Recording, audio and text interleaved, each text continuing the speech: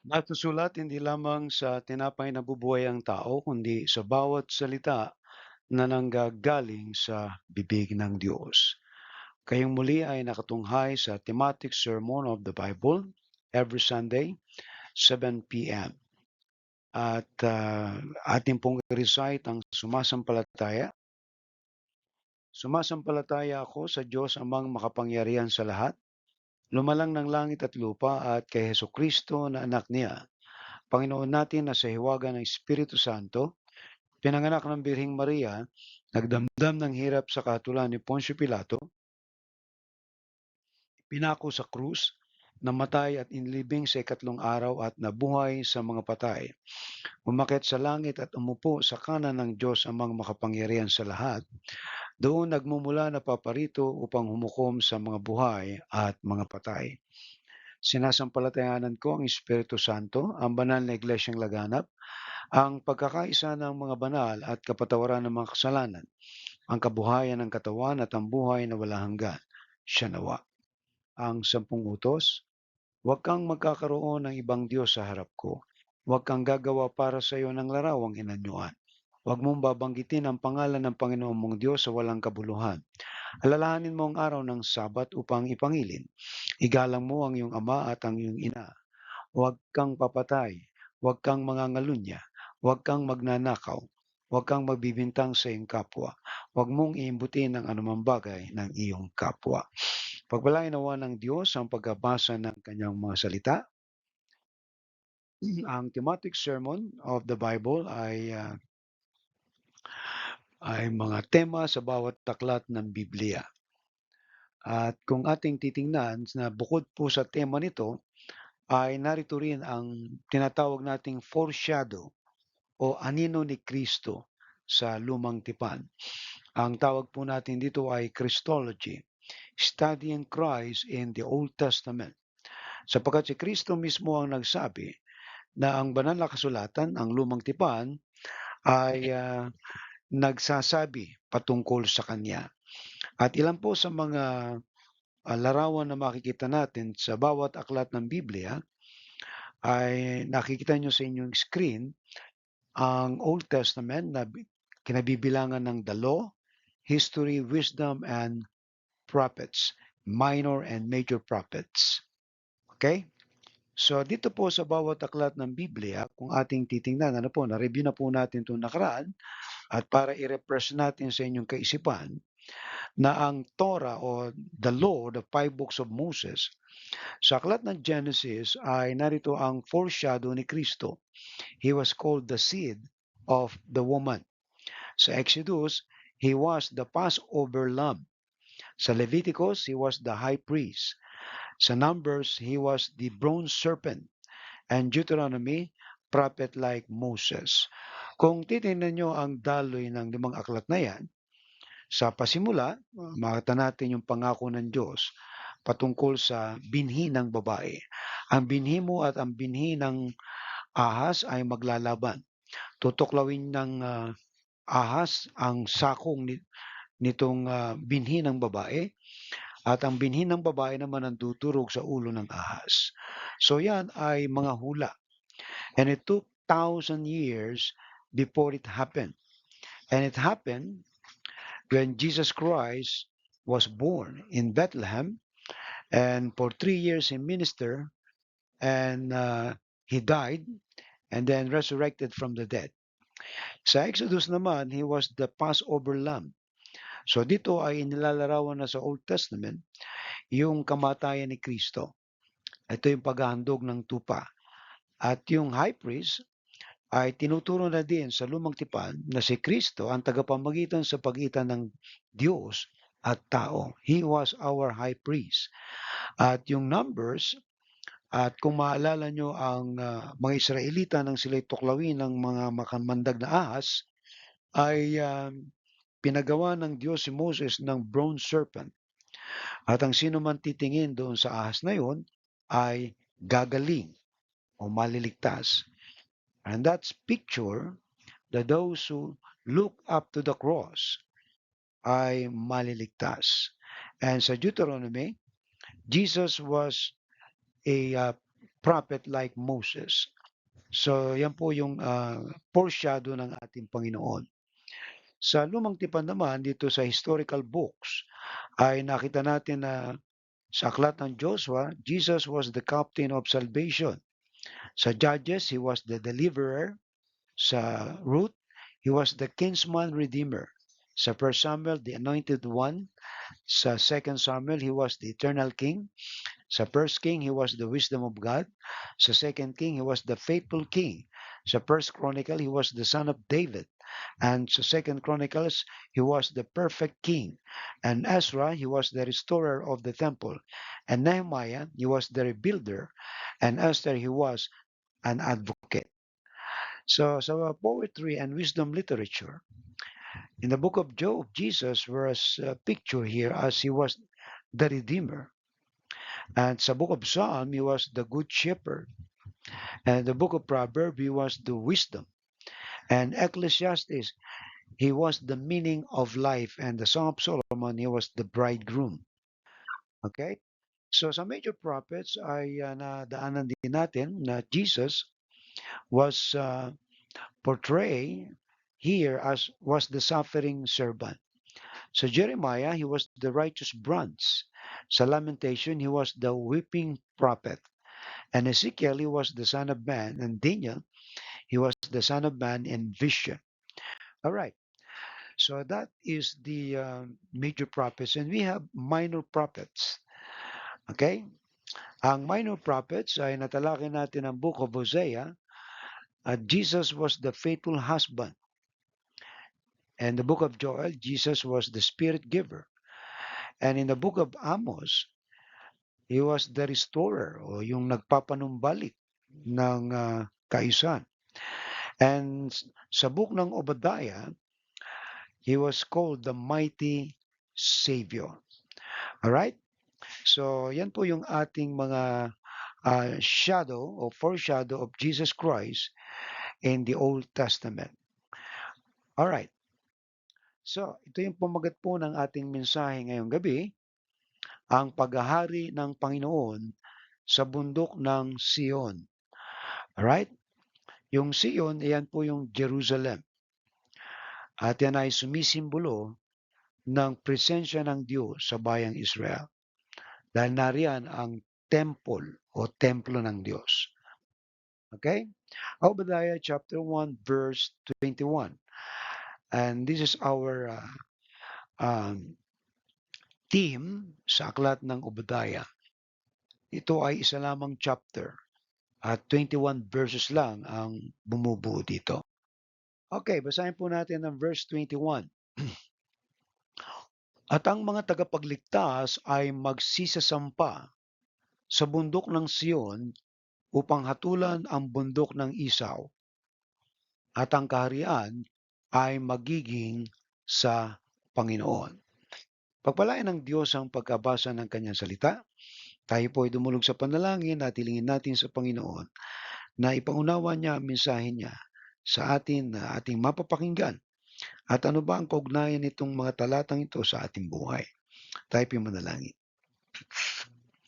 Dakilang namin Diyos, maraming salamat po sa iyong biyaya at binigyan mo kami ng panahon na muli ay makasamba sa iyo sa Espiritu at katotohanan. Dalangin po namin, Panginoon, sa pangalan ni Jesus, ang kapuspusan ng iyong banal na Espiritu. Linisin mo kami ng iyong banal na dugo at nawa ang salita mo ang patuloy na manahan sa aming mga puso. Ito po yung aming dinadalangin, Lord, na ang banal na Espiritu ay patuloy na magturo sa amin ng mga katotohanan ito. In Jesus' name, Amen and Amen. Okay, sino po ba si Obadiah?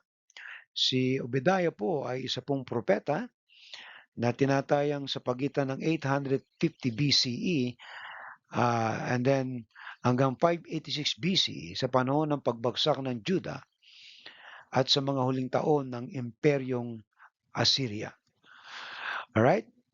So, ito po yung panahon ng kanyang propesiya. Ano po? Ang aklat ni Obadiah ay pinakamaliit sa mga aklat ng mga propeta sa Lumang Tipan na mayroon lamang 21 talata. Ang location ni Obadiah ay ang Judah. Ang paksa ng propesiya ay ang hatol laban sa Edom. Okay? So, sino po ba si Edom? Ayan, laban sa Edom. Right. So, mamaya ay ma-discuss po natin kung sino si Edom pagka nabasa na po natin uli yung talata. Alright, si Propeta Obadiah po ay isa po sa mga maliit na propeta sa Biblia. Ang kanyang propesiya na makikita sa aklat ng Obadias ay nakatuon sa paghatol ng Diyos sa mga Edomita, ang mga inapo ni Esau. Okay, kung matatandaan nyo, si Esau, hindi po yung inihaw, ano, Esau. Sa American pronunciation ay Esau. At tayo ay Esau. Okay? Si Esau, a hairy one, the red one, medyo mapula po ang balat ni Esau eh. Kapatid po ni Jacob. Ito yung kambal na kapatid ni Jacob, na anak ni Isaac. At si Isaac, anak naman ni Abraham. At si Abraham, ang kaibigan ng Diyos. So kung titingnan natin mula kay Abraham, kay Isaac, at ang anak ni Isaac na si Jacob at si Esau ay magkapatid. Okay? Si Jacob ang nagkanulo kay Esau sapagkat nung panahon na si Isaac ay matanda na, ay nagabilin siya sa kanyang anak na si Esau na ipag-hunting siya ng makakain sapagkat siya ay ibe-bless na ni Isaac para maging tagapagmana sapagkat ang panganay ang leader ng pamilya o ng tribo. At dito si Esau ay sumunod sa kanyang ama at nag-hunting. Subalit nadinig ng kanyang ina na si Rebecca na babasbasan na ni Isaac si Esau. Kaya ang ginawa ni Rebecca ay nagdali-daling kumuha ng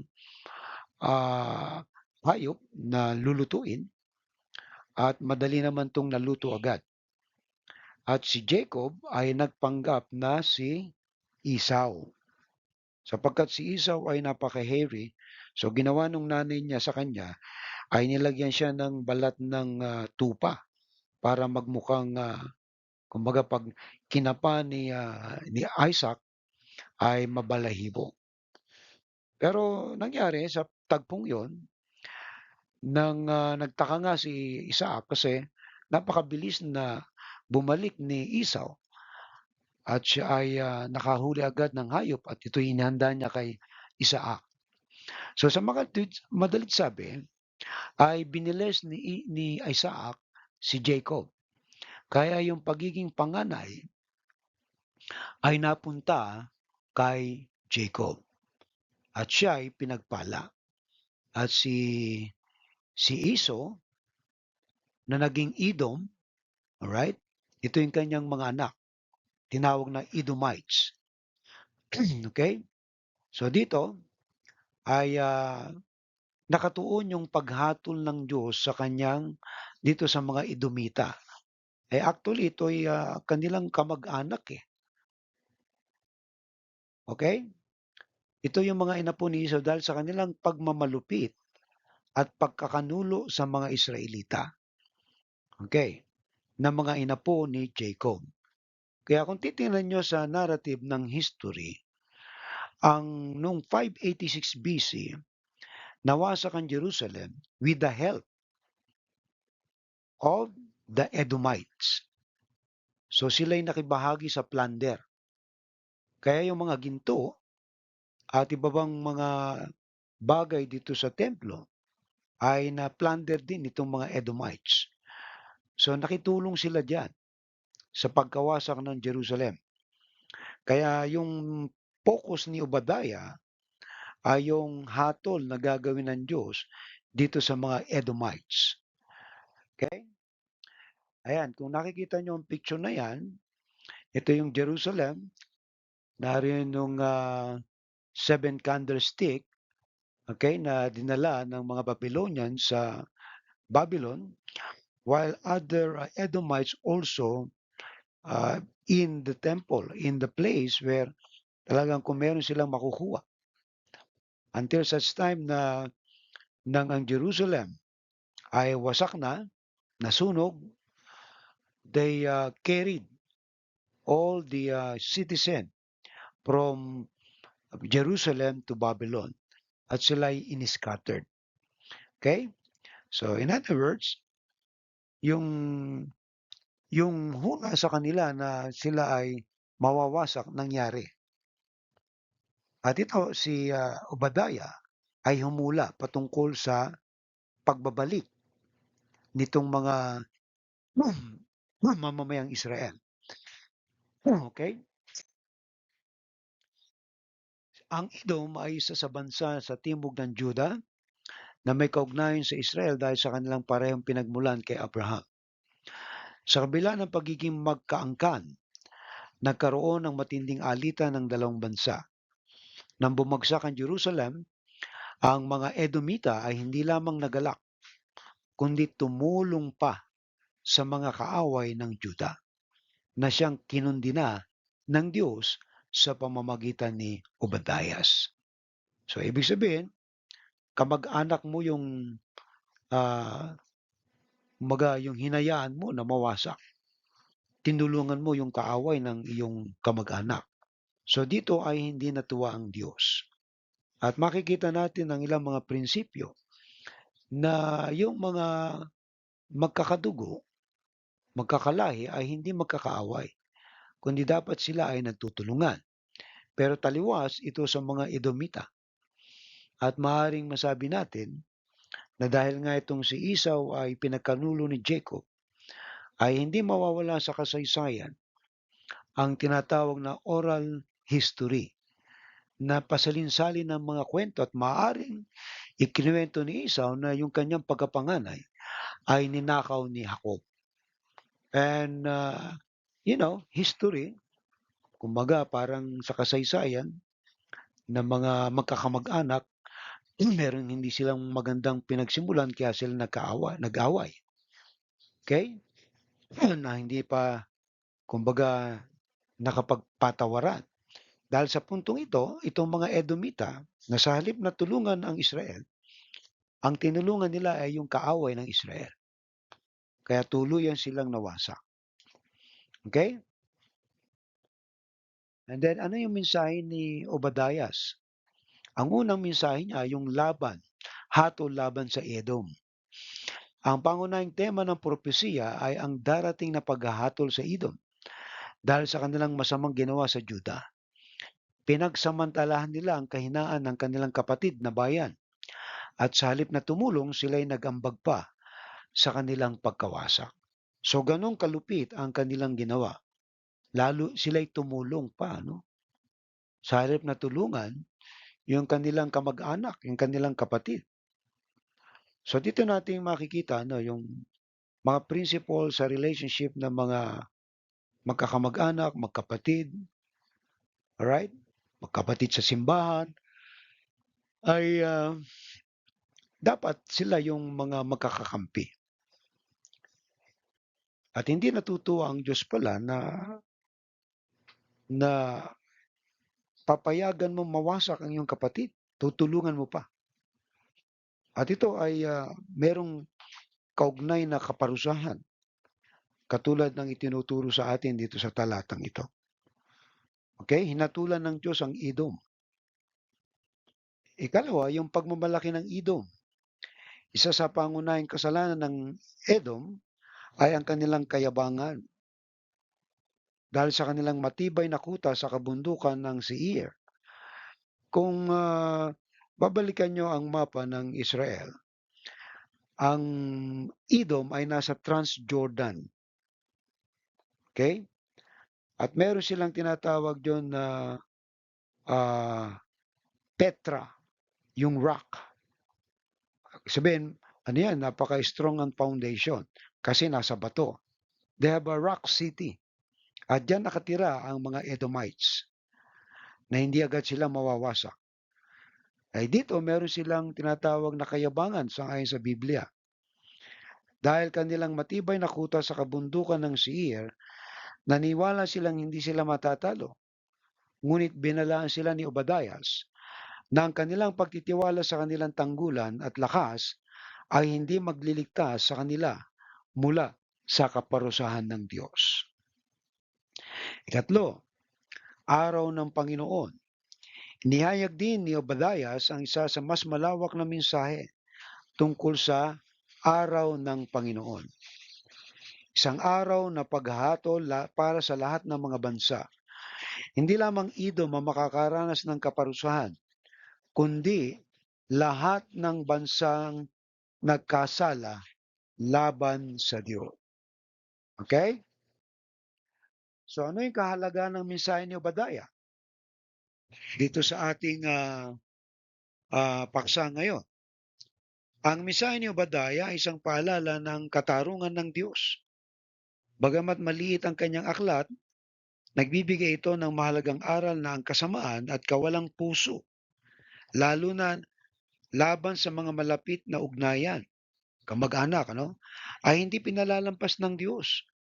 Pinapakita rin ito ang Diyos bilang tagapagtanggol ng mga naapi at ang bawat bansa o individual na nagtataas ng sarili, alright, sa pagmamataas ay ibababa niya. Kasi naging mayabang ang mga Edomites dahil nga sa kanilang tinatawag na position na sila ay nasa mountain at very strong ang kanilang location. Okay? Ano yung ating aral para sa kasalukuyan? Application natin dito sa aklat ng Obadiah. Ang propesiya ni Obadias ay may dalang aral ng kayabangan at kawalang awa ay magdudulot ng pagbagsak. Ito pala, yung mayabang, talaga binabagsak ng Diyos. At yun din, mga tao na walang awa sa kanilang kapwa. Ang pagiging patas at makatao, lalo na sa oras ng pangangailangan ng iba, ay pinapahalagahan ng Diyos. Ang aklat ni Obadias ay isang paalala na ang Diyos ay makatarungan at lahat ng kasamaan ay may kaukulang kaparusahan. Kaya kung titingnan natin, yung mga taong malulupit, mayayabang, walang awa sa kanilang kapwa, ibabagsak sila ng Diyos. Okay? Buti natin yung aklat ni Propeta Obadiah. Si Propeta Obadiah ay isang propetang naghatid ng mahalagang mensahe ng katarungan laban sa Edom at paalala ng darating na paghuhukom para sa lahat ng mga bansa. Bagamat maikli ang kanyang aklat, taglay nito ang malalim na aral ng pagmamalasakit, pagkakapatiran at katarungan. Okay? So, kung titingnan natin sa konteksto, ng mga magkapatid, mga magkakamag-anak, okay? Or sabihin natin sa konsepto ng simbahan na we are brother and sister and one. Okay? Na ikaw ay magkaroon ng pagmamalasakit. Okay? Sa iyong kapatid. At yung pagkakapatiran ay iyong bigyan ng dignidad at katarungan. Sapagkat ang mga Edomita ay hindi nagbigay ng pagmamalasakit, pagkakapatiran o katarungan sa bayang Israel. Kaya sila ay paparusahan ng Diyos. At pinarusahan na nga ng Diyos ang mga Edomita. At sila ay nasakop din ng kanilang mga kaaway. Alright? Now, balikan po natin yung talata sa verse 21. Anong sabi doon? At ang mga tagapagligtas ay magsisisampa sa bundok ng Sion Okay, listen very carefully. Nung mawasak ang Jerusalem noong 586 BC sa tulong ng mga Edomita, sila po ay na-deport. Okay? Naikalat po sila sa Babylonia, sa iba-ibang lugar. Ang ibig lamang sabihin, nawalan sila ng national identity sapagkat ang kanilang bansa ay wasak. Dito sa pangako ng Diyos na to, na sinasabi ni Obadiah, at ang mga tagapagligtas ay magsisisampa. Okay? It happens after 70 years. Sino yung mga tagapagligtas na yan? Marami yan eh. Ito yung mga tagapagligtas na nag-akay sa mga Israelita papunta ng Babylonia. Papunta ng Jerusalem. Mula Babylonia, papunta ng Jerusalem. Yan ay maaaring sina Ezra, sina Zerubbabel, si Nehemiah. Those were mga tagapagligtas na magsisasampa sa bundok ng Sion. That means Jerusalem. They're going to build the Jerusalem wall and the temple. So anong purpose? Upang hatulan ang bundok ng Esau. Kasi pinagmamalaki ng mga anak ni Esau, mga Edomita, yung kanilang stronghold, yung kanilang matibay na tanggulan. Kasi ano yan eh, nakalagay sa, sabi natin, Petra, yan ay rock. Kaya matibay yung kanilang lungsod at hindi sila basta-basta masasakop. Pero sabi ng Bible dito, magsisisampa. Sino yung sasampa? Ito yung mga leaders, mga elders ng Israel na nanguna dun sa tinatawag na return from Babylon to Jerusalem. Okay? So ang purpose ay upang hatulan ng bundok ng Esau. Yan na nga yung mga Edomita. At ang kaharian ay magiging sa Panginoon. You see? So ibig sabihin, the kingdom ay will be in the possession of God. Now, i-analyze natin yung verse. Ano po yung sinisimbolo ng pag-akyat ng mga tagapagligtas sa bundok ng Sion? Sang-ayon sa 21. Ang pag-akyat ng mga tagapagligtas sa bundok ng Sion ay sumisimbolo sa pagbabalik ng katarungan at banal na pagkakasunod-sunod sa ilalim ng Diyos. Alright? So ito pala yung sumisimbolo do sa pag-akyat. Alright? Sa pagbabalik ng katarungan at banal na pagkasunod-sunod sa ilalim ng Diyos. So tandaan natin ang Jerusalem, ang Judah, ay nawasak. Kabilang na dito ang tinatawag nating mga injustice o kawalang katarungan at walang katwiran. The meaning ay maraming mga tao ang inaaabuso o inaapi. At maraming tao rin ang namumuhay sa immoralidad. Kung kaya nga dito sa babala, no? O kumbaga itong mensahe ni Obadiah na yung bundok ng Sion ay simbolo ng presensya ng Diyos at ang kanyang pamumuno. So sila daw ay magsisipag kumbaga akyat aakyat sila sa bundok ng Sion. Ang bundok ng Sion nga ay simbolo ng presensya ng Diyos at ang kanyang leadership. Kaya nga ang mga tagapagligtas ay mga pinuno o hukom na tinawag ng Diyos upang muling itatag ang hustisya para sa bayan ng Diyos, sa bayang Israel. Kalawa, ano ang ibig sabihin ng bundok ng Esau? bundok ni Esau. At bakit ito hahatulan? Ang bundok ng Esau ay sumisimbolo sa Edom, mga inapo ni Esau na naging matagal na kaaway ng Israel. Ang hatol sa bundok ng Esau ay kumakatawan sa hustisya ng Diyos laban sa kasamaan at kawalan ng katarungan na ginawa ng Edom laban sa Israel. So, ibig sabihin ay nakipag-participate itong mga Edomites sa mga plunder, pagpatay, alright, kalupitan sa kanilang kapatid na mga Israelita. Ito rin ay simbolo ng pagwawakas ng mga pwersang lumalaban sa bayan ng Diyos. Alright? Kaya hindi po tayo dapat matakot din, ano? Kung mayroong mga puwersa man na nagnanais na tayo pabagsakin, ang Diyos ang maghihiganti sa atin.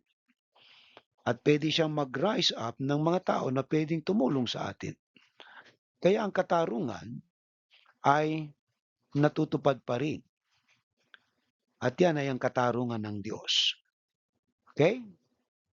So yung pong application natin dito, na kung tayo man ay inapi, alright? O inabuso, na sa halip na tayo tulungan ng ating kapatid, ay kumbaga ibinagsak pa tayo. Meron palang hustisya ang Diyos sa mga taong ganyan. Parurusahan din sila ng Diyos. Okay? Tatlo, ano po yung ipinapahiwatig ng ang kaharian ay magiging sa Panginoon? Ang kaharian ay magiging sa Panginoon ay nagpapahayag ng pangwakas na paghahari ng Diyos, hindi lamang sa Israel, kundi sa buong mundo. Ipinapakita nito na sa huli, lahat ng bagay ay mapapasa ilalim ng kanyang espiritual na pamumuno at ang kanyang soberanya ay kikilalanin ng lahat ng mga bansa. So yan po yung pahiwatig ng kaharian ay magiging sa Panginoon. Okay? Apat, ano ipinapakita ng aklat ni Obadias? Ang katarungan ng Diyos laban sa kaaway ng Israel. Pinapakita ng aklat ni Obadias ang katarungan ng Diyos sa pamamagitan ng hatol na ipapataw niya sa Edom. Dahil sa mga kawalang katarungan ng Edom laban sa Israel, ipinapahayag ng Diyos na darating ang panahon ng kanilang pagbagsak. Sa mas malalim na antas, ito ay simbolo ng pagwawakas ng kasama ng tagumpay ng hustisya ng Diyos. Okay? Tandaan natin, ano? Ang katarungan ng Diyos ay hindi natutulog. Ang masama pa dito, yung dapat na tumulong sa iyo, magmahal sa iyo, yun pa ang nagmalupit sa iyo. Yun pa ang mga tumulong sa iyong mga kaaway para ikaw ay tuluyang bumagsak. Amen. Kalima, ano po yung kahalagahan ng konsepto ng mga tagapagligtas sa lumang tipan? Lalo na sa talatang ito. Okay? Ang mga tagapagligtas sa lumang tipan ay mga leader o hukom na kasangkapan ng Diyos upang magdala ng kaligtasan at katarungan. Tingnan niyo po yung 21 na talata natin. Ang mga tagapagligtas ay nagpapakita ng mga pinunong tutulong sa pagpapanumbalik ng kanyang hustisya laban sa mga kaaway. So, ibabalik ng Diyos ang wastong relasyon ng Israel sa Diyos. At naroon na din ang execution ng justice laban sa mga kaaway. Okay? Let's go back to our verse. Sabi diyan, at ang mga tagapagligtas, maring mga hukom o mga leaders, at isa na kinabibilangan natin diyan, katulad ni Ezra, Nehemiah, Zerubbabel, those who were leaders, mga tagapagligtas ay magsisisampa. Ibang salin ay aakyat sa bundok ng Sion. So that's picture out na ang foundation, stronghold ng Israel ay walang iba kundi ang Zion. Okay? Dahil nariyan ang templo ng Diyos. Okay? And then, anong dahilan? Upang hatulan ang bundok ng Isaw at ang kaharian ay magiging sa Panginoon. Alright? So, balikan natin. Ang mga Israelita ay naglakbay sa ilang for 40 years. Okay? After 40 years, nakapasok sila sa promised land. Okay? And then, for 1,000 years in Palestine, dumami na sila. At sa pagdami nila, makita natin na marami ang hindi na nakakasunod sa utos ni Yahweh. At merong tinatawag tayong kawalang katarungan at walang katwiran. Yung abuse, pang-abuso, at ganoon din yung hindi pagsunod sa mga batas na itinakda ng Diyos. Okay? And then, sino daw hahatulan ang bundok ng Isaw at ang kaharian ay magiging sa Panginoon. Okay. Ano? Sa pamagat ng ating paksa, ang paghahari ng Panginoon sa bundok ng Sion. Paano ka pinaghaharian ng Diyos? Okay? So, sa lumang tipan ay napaka-pictorial ng mga talata, no? At yung mga picture na yan ay may mga symbol. Katulad nung magsisisampa, okay? Sa bundok ng Sion. Itong mga leaders, itong mga pinunong to. In other words, when you go to the temple, and the temple in Zion ay representation yan ng presensya ng Diyos. Na itong mga piniling ito na sisiakyat, sila ay magkakaroon ng kapangyarihan. Kasi sa presensya ni Yahweh ay naroon sa kanila. Kaya merong revival o merong pagbabago na magaganap. Sapagkat itong mga taong ito ay pinili ng Diyos para magpatupad ng katarungan. Okay? At sila na nga yung magiging kalaban ng mga Edomita na kamag-anak o kaanak ni Jacob. Alright? So what is the proper or practical application na ating mahalaw dito sa talatang ito? At ano ang relevance dito sa atin na magsisiakyat sila sa bundok ng Sion at hahatulan ang bundok ng Isaw? Mga kapatid, we are going to extract principle dito sa talatang to.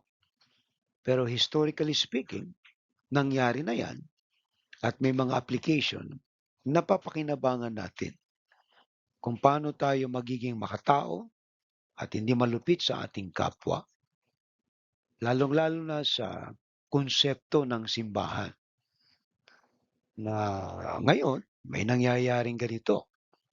Magkapatid sa Panginoon ay nagdemandahan. Alright? At sa pagdidemanda nila ay kumbaga naghahanap ng katarungan. Imagine mo naman kung lokohin ka sa bentahan ng lupa, no? Yung ibinenta sa yung lupa, hindi mo alam. Alam mo malinis ang papel, yung pala may utang sa sa kanilang pinagkunan, ano? Matagal na pala. Pinaalam sa iyo na walang utang yan, okay yan. Yung pala meron. So walang walang katarungan at walang katwiran 'no, kasi nga nanloko, eh. So ngayon, kayong magkapatid kapag merong gano'n nangyari na betrayal, so nag-aaway at either na itong isa ay mag-design ng iyong pagkabagsak. Kaya nga 'pag nagdemanda ka, siyempre apektado ang buong pamilya. So ngayon ang tanong natin dito, paano ka pinaghaharian ng Diyos? Kasi kung tayo bilang mga kapatid ano, ay merong habag, pagmamalasakit, ay hindi nating pagmamalupitan, lolokohin, i-scam ang ating kapatid. Tama? Kasi kapatid mo 'yan, eh. Kaya katulad ng halimbawa dito, si Jacob at saka si Esau, magkapatid 'yan, eh, kambal.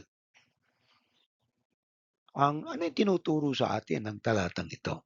In a practical manner, paano ka pinaghaharian ng Diyos? Number one, yung pagkakaroon ng pananampalataya sa katarungan ng Diyos.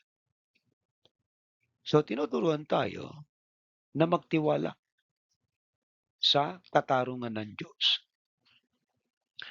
Eh, imagine mo sa halip na tulungan mo yung kapatid, ang tinulungan mo yung kaaway kaya natuluyan kang bumagsak. So tinuturo sa atin ang principle ngayon sa mga kapatiran ano, na magkaroon tayo ng pananampalataya sa katarungan ng Diyos. Na kung tayo man ay nagawa ng masama, nilamangan tayo, ay huwag tayong maghiganti. Sapagkat ang Diyos ang gaganti sa kanila. Amen. Vengeance is mine, saith the Lord. Kaya yung pong mga ah, kapatiran, ano, lalo na sa mga simbahan, na may mga ganitong uri ng usapin na walang malasakit, pinagkanulo ka, right? Sa halip na tulungan ka, pinabagsak ka pa. May mga gano'ng tao, right? Na hindi nakakaunawa ng relationship. Lalo na kung kayo ay magkapatid, right? Sabihin natin magkapatid sa laman o magkapatid sa pananampalataya, ay lumalarawan lamang diyan na huwag kang magtataksil sa iyong kapatid. Amen. So, unang kailangan natin, okay? Kailangan natin na dito sa talata kung babalikan, ito ay nagpapaalala sa atin na kahit gaano kalakas ang kasamaan sa paligid, ang Diyos ay hindi nagpapabaya. Siya ang nagpapatupad ng hustisya sa kanyang tamang panahon. Kumbaga nga yung pang-aabuso 'no, katulad ng itong nangyayari ngayon sa panahon natin, itong mga testimony ng mga nasa Kingdom of Jesus Christ diyan sa Davao, ay merong mga abuso na ginawa, sexual abuse. Kumbaga nga kapatid mo sa pananampalataya 'yan, eh, inabuso mo, alright? Yung mga kababaihan, eh, pagdating ng ika-13 years old pag-me-menstruation na, ayun, may night duty na sila, pagmamasahe. Iba naman ay binibigyan ng quota na kinakailangan maka-1 milyon ka sa pamamagitan ng pamamalimos, pagkakaroling. Imagine mo 'no, yung pang-aabuso na ginawa na hindi mo maisip kung ito ay, kapatid ba ito o ito ba'y isang demonyo na nagkatawang tao, okey? So, sa konteksto nitong ating pinag-aaralan ngayon ay, yung pagkakaroon ng pananampalataya sa katarungan ng Diyos, siya yung maghihiganti para sa'yo kung ikaw man ay naapi. Kaya ang justice dumarating talaga sa tamang panahon.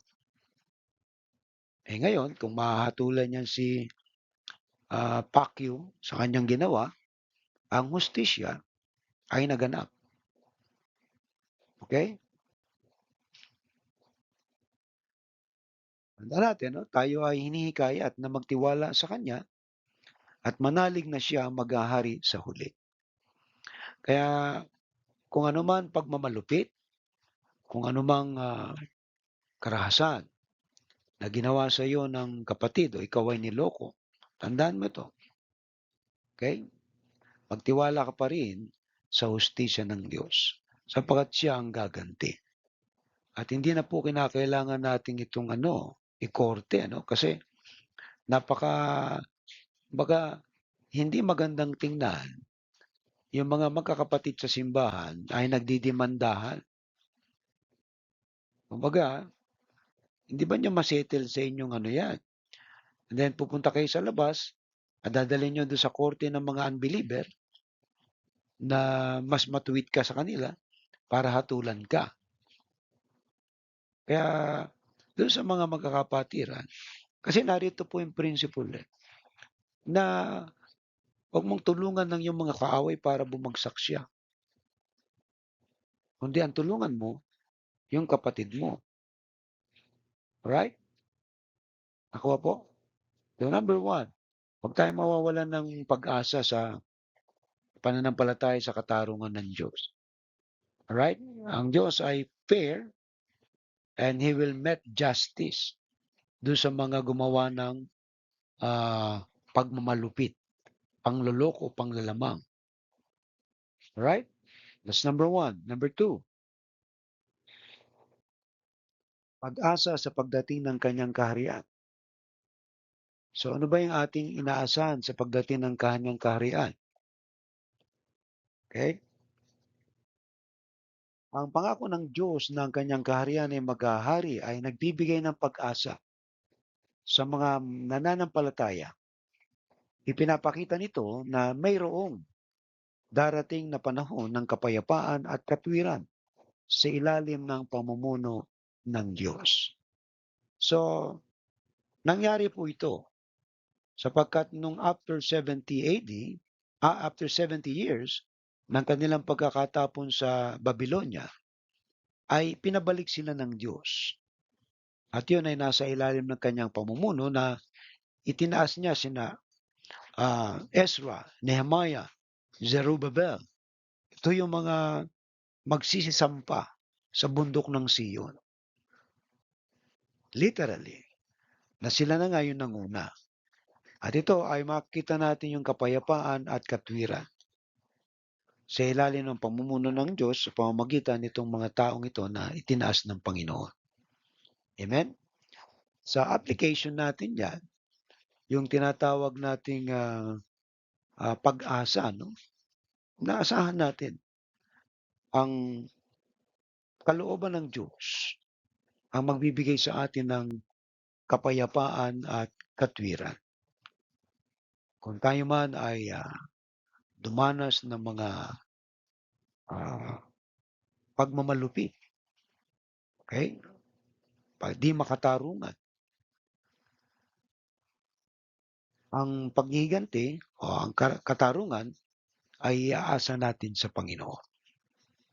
Amen?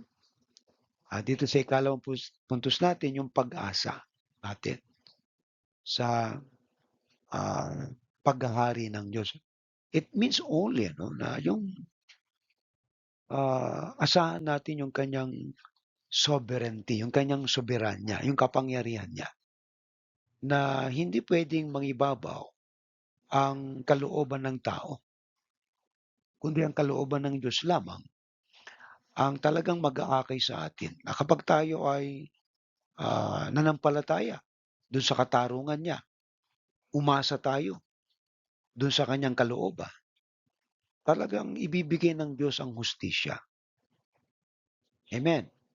Kung may mga paghihirap ka na naranasan o niloko ka, pinagmalupitan, may katarungan ng Diyos na mararanasan mo para kumbaga matabla yung kasawian na dinanas mo sa mga kamay ng mga taong ito.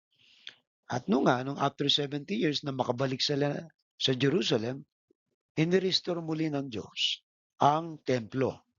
At ang wall of Jerusalem, ayun, naitayong muli. Okay? So yan ang pagpapakita ng pag-asa. Natandaan natin, sa kabila ng mga kaguluhan, may pag-asa. May pag-asa sa kalooban ng Diyos kapag sinunod mo ito. Kalooban ng Diyos ang naganap, sumunod ka sa kalooban niya, mararanasan mo ang hustisya, kapayapaan sa buhay mo. Alright? Kalawa, ay dito sa punto natin, dapat tayo mamuhay ng may layuning maglingkod sa kanyang kaharian na may pagtitiwala na ang lahat ay mapapailalim sa kanyang kalooban. Right?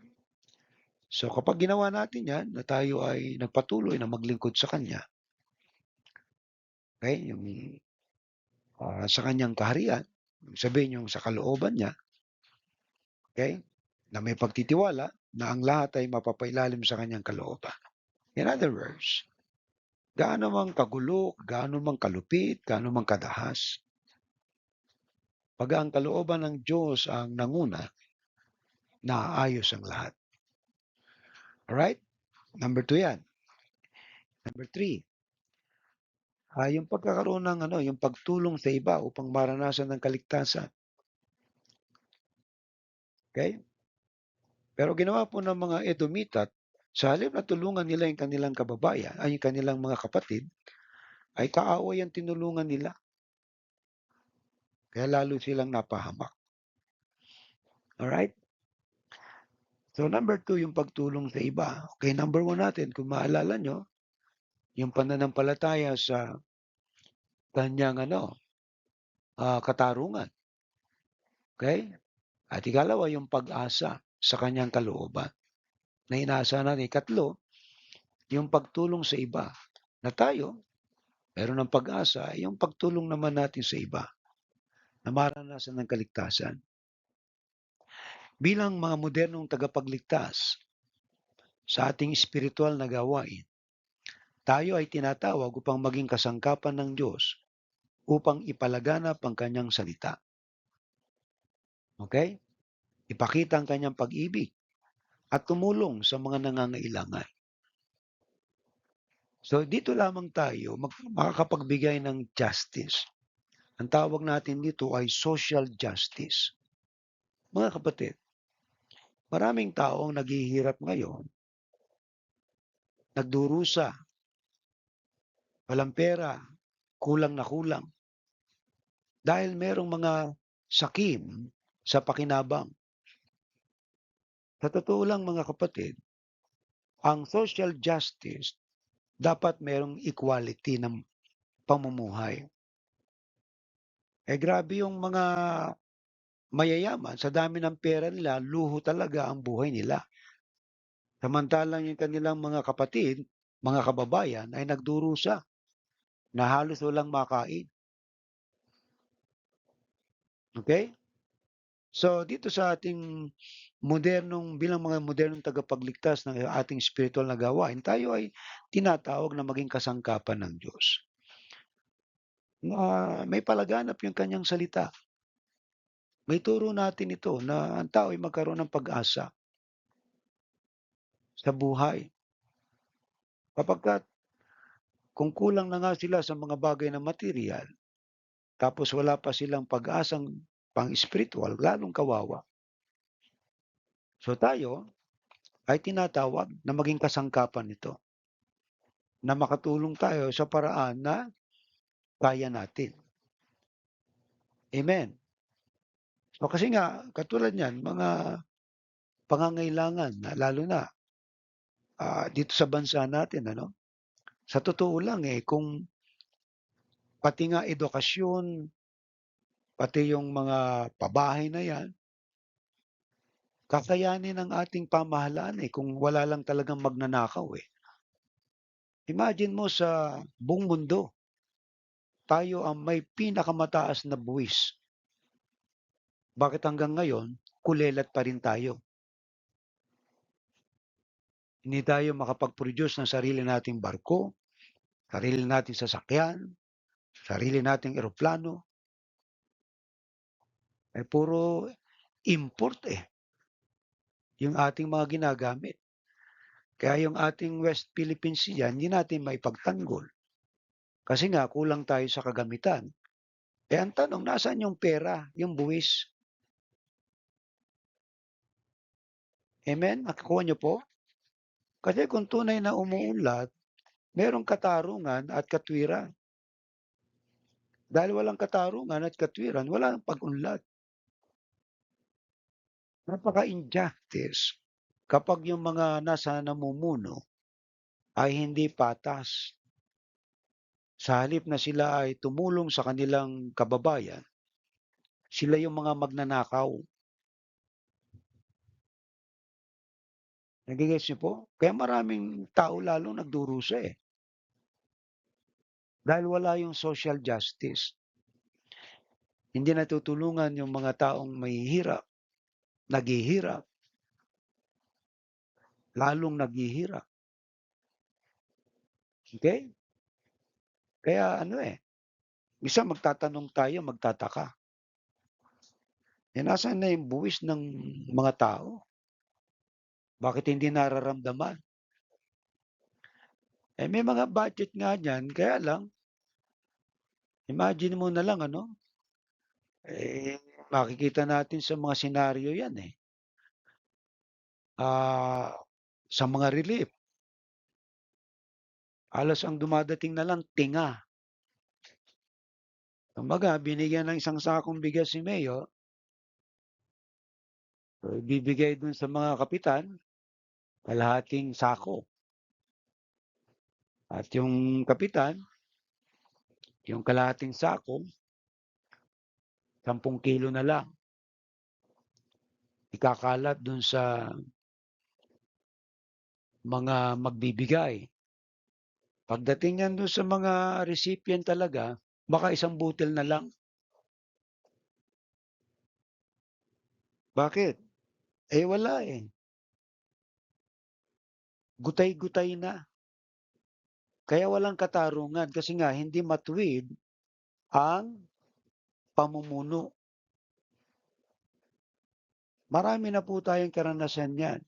Pero tayong mga Pilipino hindi pa rin natututo.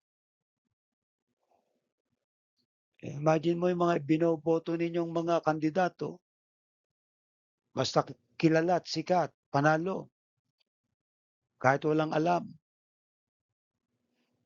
Walang alam kundi magpapogi diyan sa mausi-usisa mo sila pa yung malalaking mga kumbaga gumagawa ng kalokohan. Hindi naman natin nilalahat. Pero ang realidad, eh, tayong mga Pinoy nga 'pag nabigyan lang ng mga 1 kilong bigas, 2 latang ligo, 3 noodle, iboboto na. Yung binigay sa'yo, kumbaga nga, ang tubo niyan, hindi lang doble, okey? Sobrang-sobra sa doble. Dapat ang mga ang social justice, kung sa totoo nga lang dapat nga yung mga estudyante, malibre na sa tuition fee yan, dun lamang sa mga buwis. Yung mga matatanda, may mga lumalabas na batas, Di natin alam kung gaano katotoo, yun pala pulitika lang. O tatanggap daw ng pension kahit na wala kang SSS, kahit wala kang, insurance, basta dumating ka ng 60. Dati pagka umabot ka ng 100 years, may propose na 1 million ang ibibigay. Wala, nagbago na, nawawala. Walang hiya. Kaya wala tayong makitang social justice because sa mga namumuno na swapang sa kapangyarihan, swapang sa pakinabang. Kaya kawawa po ang ating bansa kapag hindi tayo nag-pray ng leaders na mayroong yung just leader at saka righteous leader. 'Pag meron tayo niyan, siguro gaganda ang takbo.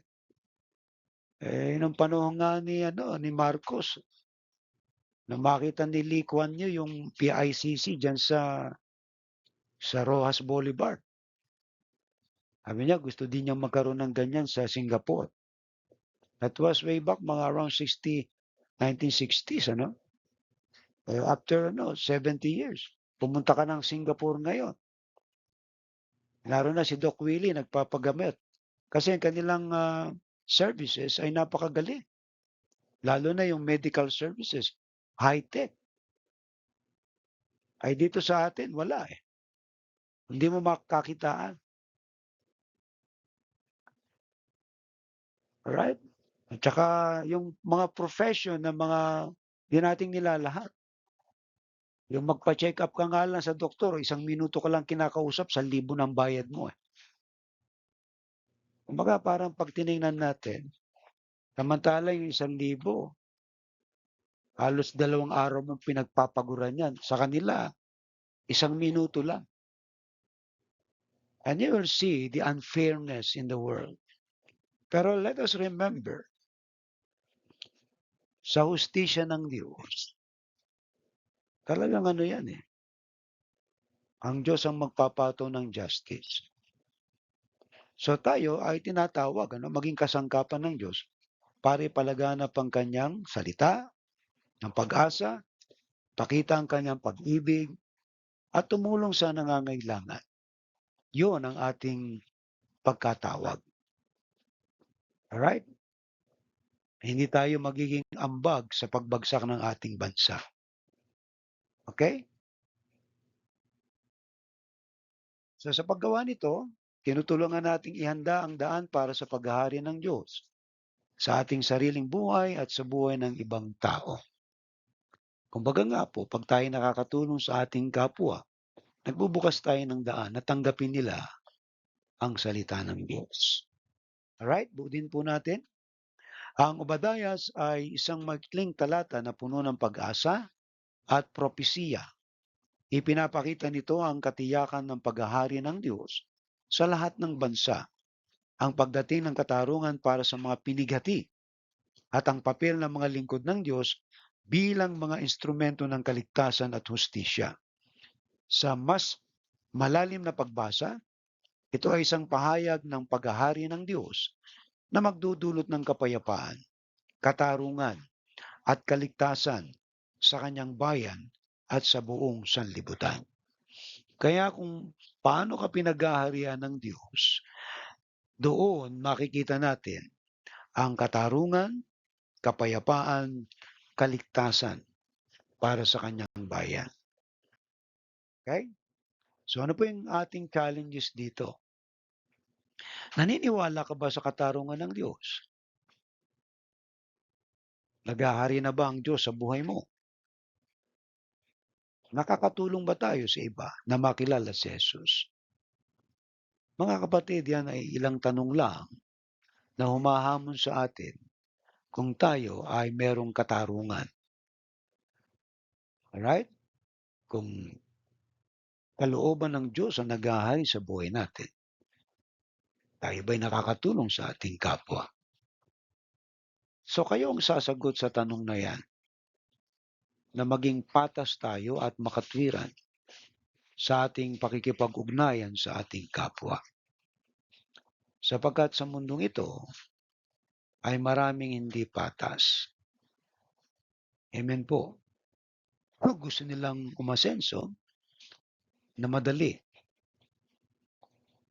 Unang-una sa mga pagnanakaw, pangloloko, panglalamang sa ating kapwa ay kinasusuklaman ng Diyos. Kaya kung tayo magkakaroon ng justice sa ating mga puso, magiging patas tayo at ang kalooban ng Diyos ang nangunguna sa atin, maaari tayong makatulong sa iba. Makapagbigay tayo ng pag-asa. Makapagbigay tayo ng mabuting balita na merong katarungan ng Diyos. Siyang magbibigay sa iyo niyan. Amen?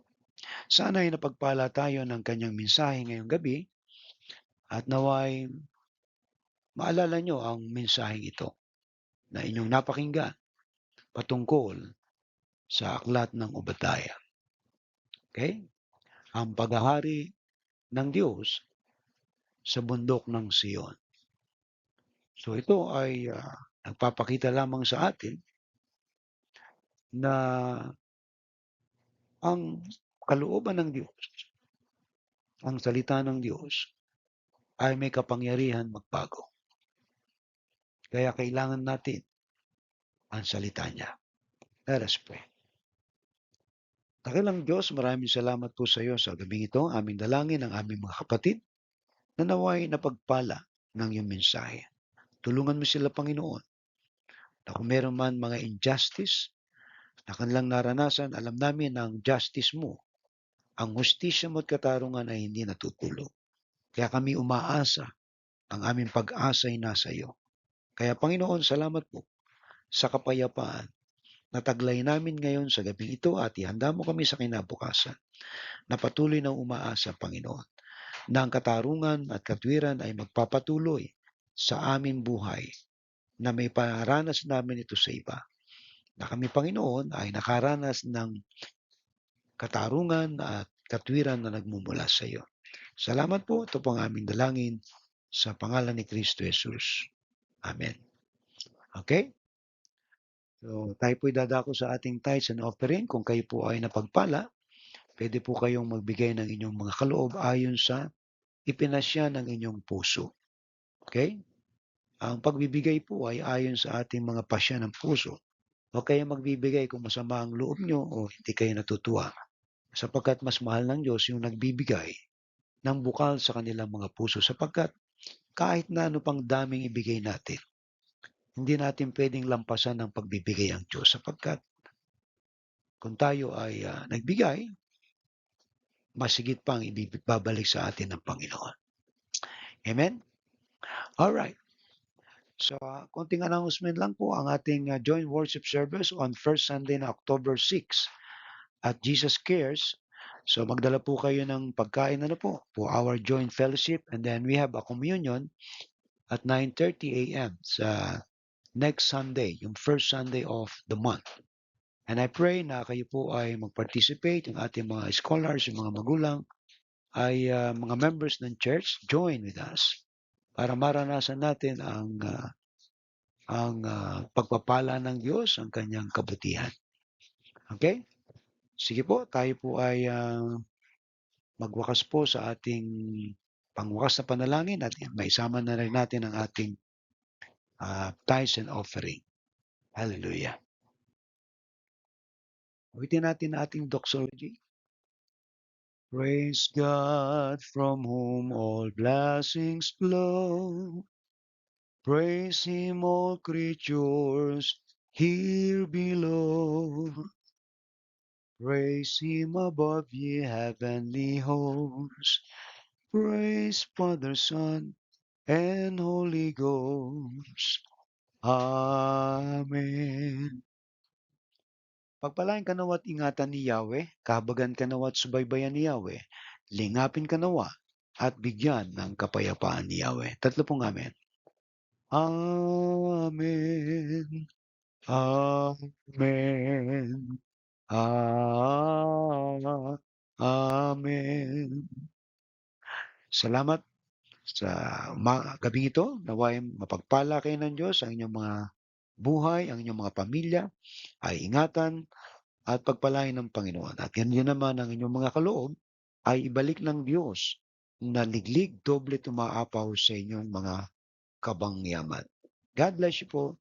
And then we will see you on next Sunday sa Jesus Cares. God bless.